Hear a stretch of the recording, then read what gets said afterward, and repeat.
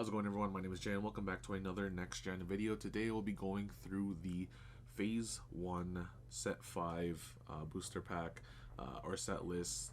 Technically Set 5 Phase 1 is combined in one. This will include about 50 new cards, or actually 50 or less than 50 because there are 8 alternate arts that features in previous sets like Set 1 and Set 2. And then there are like less than 50 new cards. This set does include cards from the previous sets, just a few, and I'll go through those afterwards. But I'm gonna go through the alternate arts. I won't go through the effects because it's pretty much been already talked about. I'll go through some of the changes. I believe I did make some changes, but yeah, let's just jump into it. So set 1, we have Slim, the person who started it all. A little cool alternate art, a little story went on. There is lore, but honestly, I wanna piece together the lore first, and get to it later on in the future if I ever get to that. Next card is Jinx again, the counterparts Slim Jinx. We've got Naito, the Winter Samurai, the cover card for the Winter Structure deck. Then we got Winter Flamingo, Clyde Webb's Storm Leader. Clyde Webb's did have a change, as you can see here. Depending on the number of banished storm units in your banished zone, you can choose and activate one of the following effects once per turn. If you have 3, draw a card. If you have 4, gain +1/+1. If you have 5, banish a friendly villain unit. This card can attack twice. If you have 10+, you can take an extra turn. So this is a once per turn attack, once per turn effect. So it is beneficial to have your banished storm units in that area. Next card is Zoe, the Abomination Princess, Luchador, the Masked Hero, Alexi, the Living Puppet, and Cass Spades. Those are your alternate arts, or 9. I said 8, and there are 9. So those are your alternate arts, mainly from Set 1 and Set 2. Now we'll jump into the newer cards. First one is Raiken, the Pure Thunder. This is a kind of a new card, Gen 5, with Righteous as its type. It's a hero. When this card enters the battlefield, ultimate destroy all non-hero units. For each unit destroyed, deal 1 damage to your opponent's health. Once per turn, you can give an ally hero unit +2/+2. This card cannot attack the turn it is played and cannot be affected by card effects. So you already know we had to make some strong ass cards. It is a Gen 5, so it will take some time to bring this out. But it is a huge counter to non-hero decks, so maybe this could change. I haven't really tried these new cards yet, if I'm being honest with you. I've only tried out the Set 4 cards, so this does seem really interesting to try out. Next card is Apokleo, God of Tyranny. So I don't know if you guys have been noticing, but there have been cards where they did have the little triangle tail, the little double tail basically. It's all been leading up to this. This is what I've been trying to lead up to the final set to introduce the actual like boss, I guess, for those people who have the triangle. But there is a certain archetype already in here. So Apokleo, God of Tyranny, Gen 5. If your health is below 10 life points, you can normal call this card from your hand, banish, or fallen, and you can only normal call this card once per game using this effect. And it's reoccurring. If you control another Nether unit, deal 3 damage to your opponent's health. So this one just it's a little weaker in the effect side. However, you can just continue to kind of burn your opponent's health points. You have a reoccurring. If you control another unit, deal 3 damage here. So the reoccurring can happen once per turn basically, and so you're just chipping away while you do have less than 10 health, especially with Apokleo. Now Nether does revolve around having your health being chipped at, being lowered. So aggro decks, when you're facing aggro decks, it does help. That is if you can try not to get too much damage. This deck archetype could definitely benefit. The next card is Naomi, the Cloud Queen, another Gen 5. And it's an anti-hero Fable. This card can only be normal called and cannot be notable. Okay, my bad. This card can only be normal called and cannot be normal called in the field.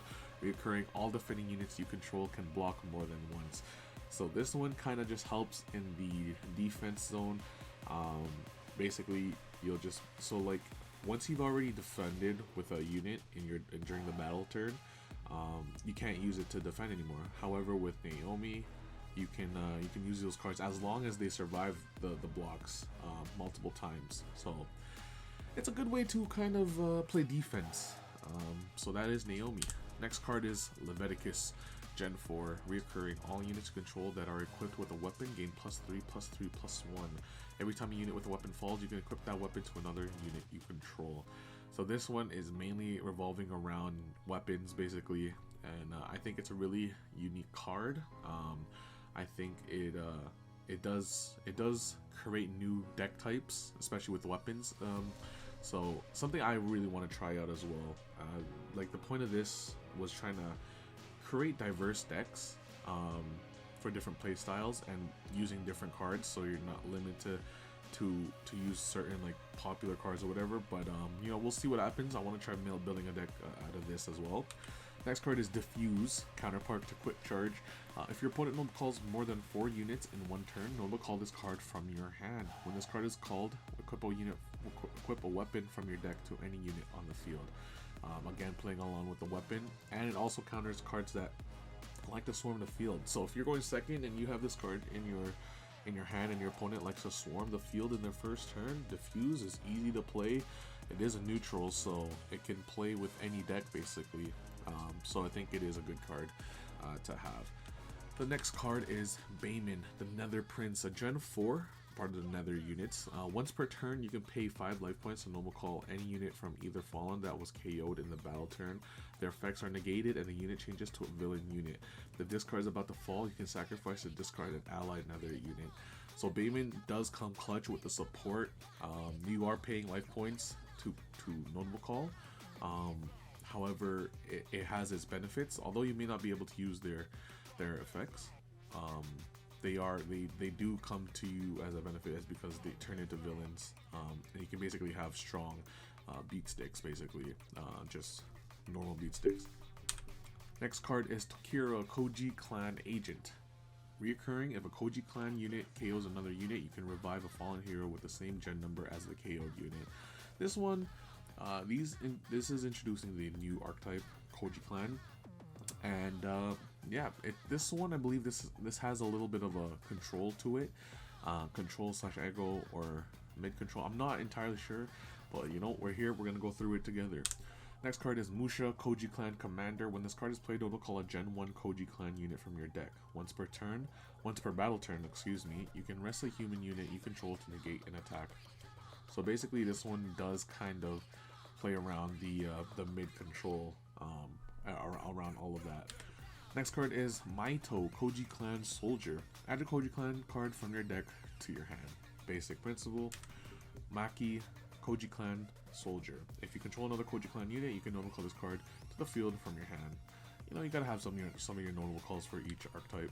Next card is Gozen, Koji Clan Assassin. Once per battle turn, after all units have been selected to attack or defend, you can retreat 1 unit in the battle area. Retreating is a new type that I wanted to introduce in set 4, I believe, and it kind of saves your characters from being attacked if you want to save them. And also, you can retreat your opponent's stuff if you don't want them to use that character. So I think it does have its benefits. The next card is Nakano, Koji Clan Assassin. Reoccurring, if your opponent plays an essential card, you can discard the top card of your deck to negate the effect. If the card you discard is a Koji Clan unit, add it to your hand instead. This one, you can just negate cards and add cards to your hand if you're lucky to get a Koji Clan unit. Next card is Trinity, Koji Clan Soldier. Once per turn, you can give an ally Koji Clan unit +1/+1. When this unit falls, noble call a Gen 1 Koji Clan unit from your Fallen. A little bit more control here. Next card is Mercedes, Koji Clan Soldier. If a Koji Clan unit you control falls, noble call this card to the field. You can noble call this card during the battle turn as well in either defense or attack. So that second sentence there, I think, is very beneficial now.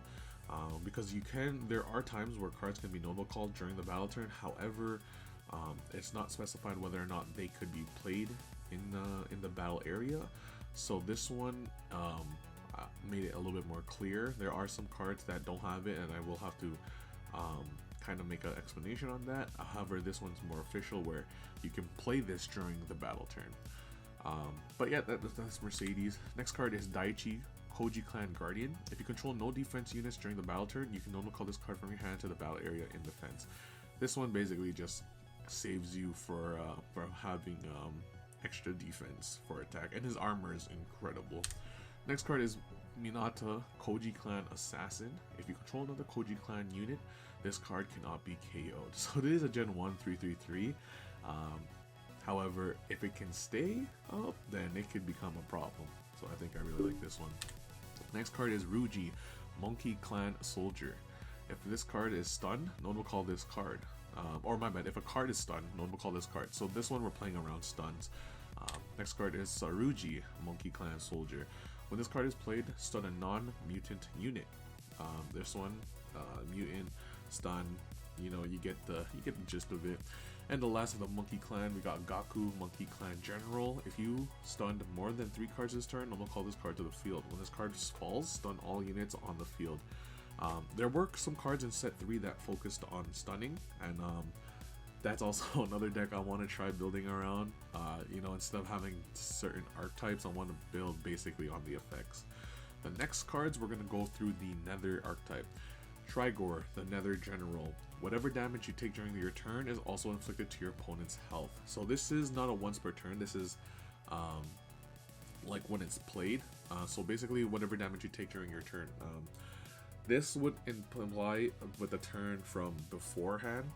So or my bad, not before, from this turn, because so let's say during the battle turn, if your opponent deals 10 damage to you, during the same turn this card was played, then you can deals 10 damage to them as well.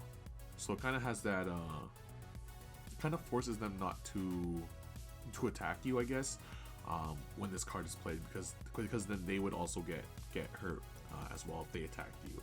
So there is some cool things around that. Next card is the Nether Razor. Once per turn, you can pay 2 life points to draw a card. This is just extra draw power for Nether cards. Again, helps your life points go down to benefit from the Apocalypse notable call. Next card is Balal, the Nether Soldier. You can notable call this card from your hand by paying 5 life points.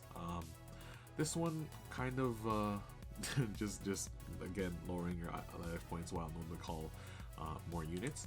We got another Soldier. You can notable call this card from your hand by paying 2 life points. And I just realized there is a typo, so damn. That is unfortunate, but you know, we'll just have to fix that.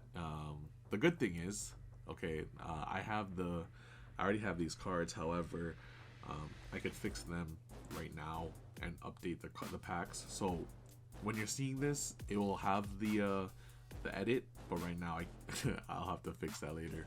But that's the Nether Soldier. Next card is Nether Fighter. Reoccurring, you can pay 5 life points to negate an attack from an enemy unit. Next card is Sadima, the Nether Assassin. Reoccurring, for every damage you take from an ally unit effect, add a counter to this card. You can remove X amount of counters to deal damage to all units on the field, equal to the number of counters removed. So Sadima kind of just keeps you there. You want her to stay alive, basically.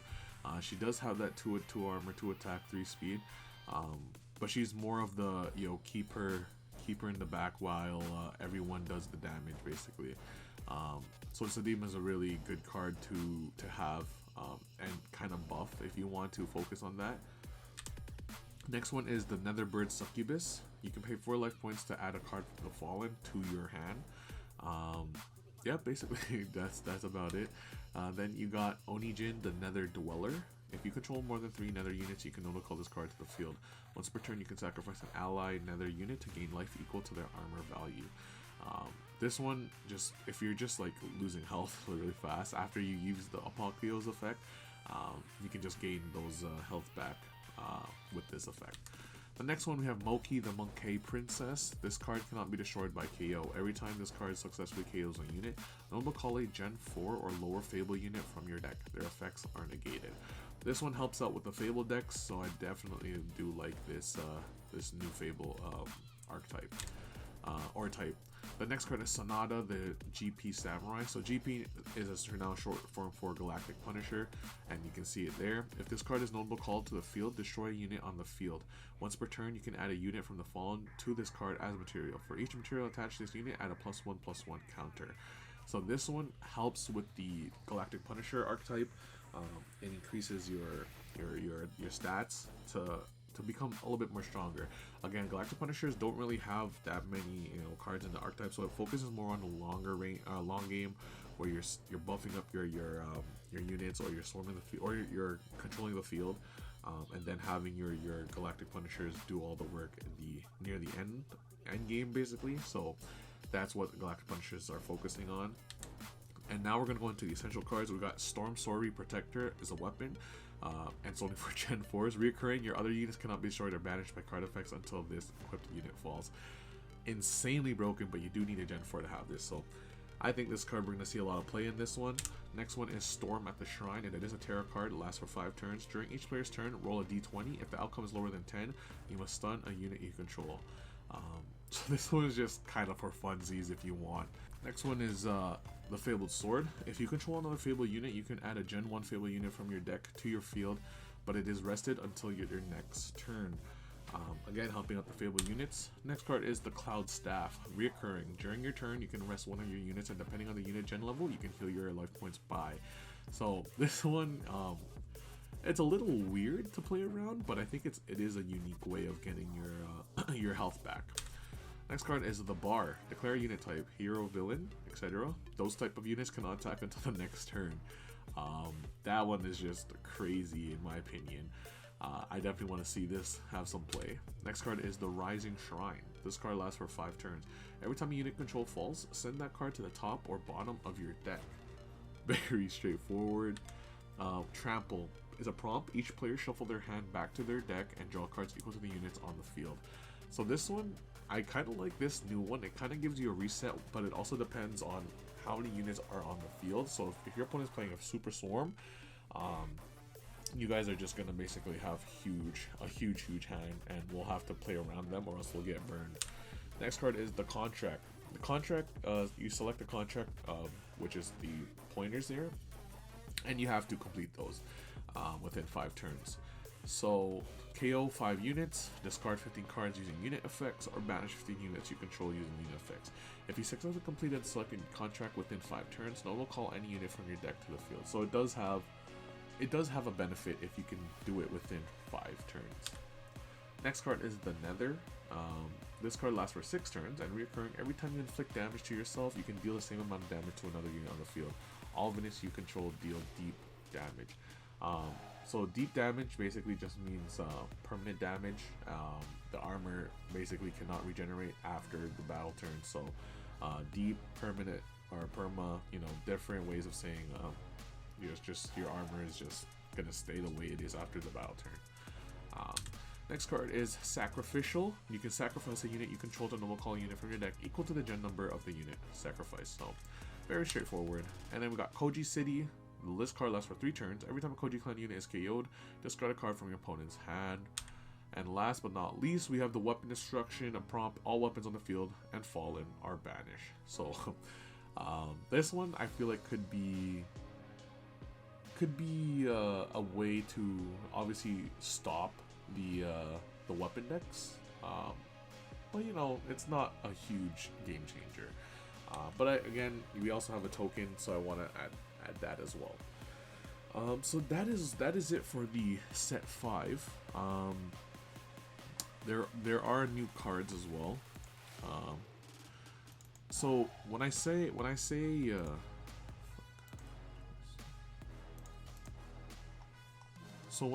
cards from the previous sets, I mean like you have cards like the archetypes. So you have the fighter cards, you have the Abomination, Storm, and Winter cards that you'll see there, and then a few like essential cards that you'll see like Super Deep Impact, Thief of the Night, stuff like that. That's and Dimension Cube. I remember that's also in set 5 or phase 1.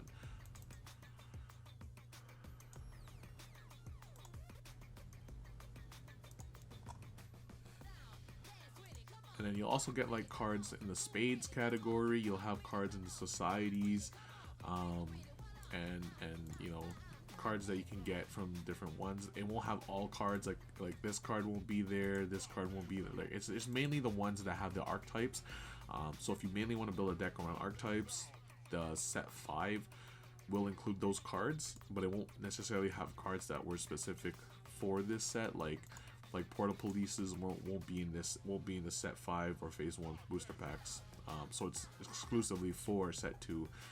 But you can get the society cards and the other archetypes that are featured in this set, like Spade Casters.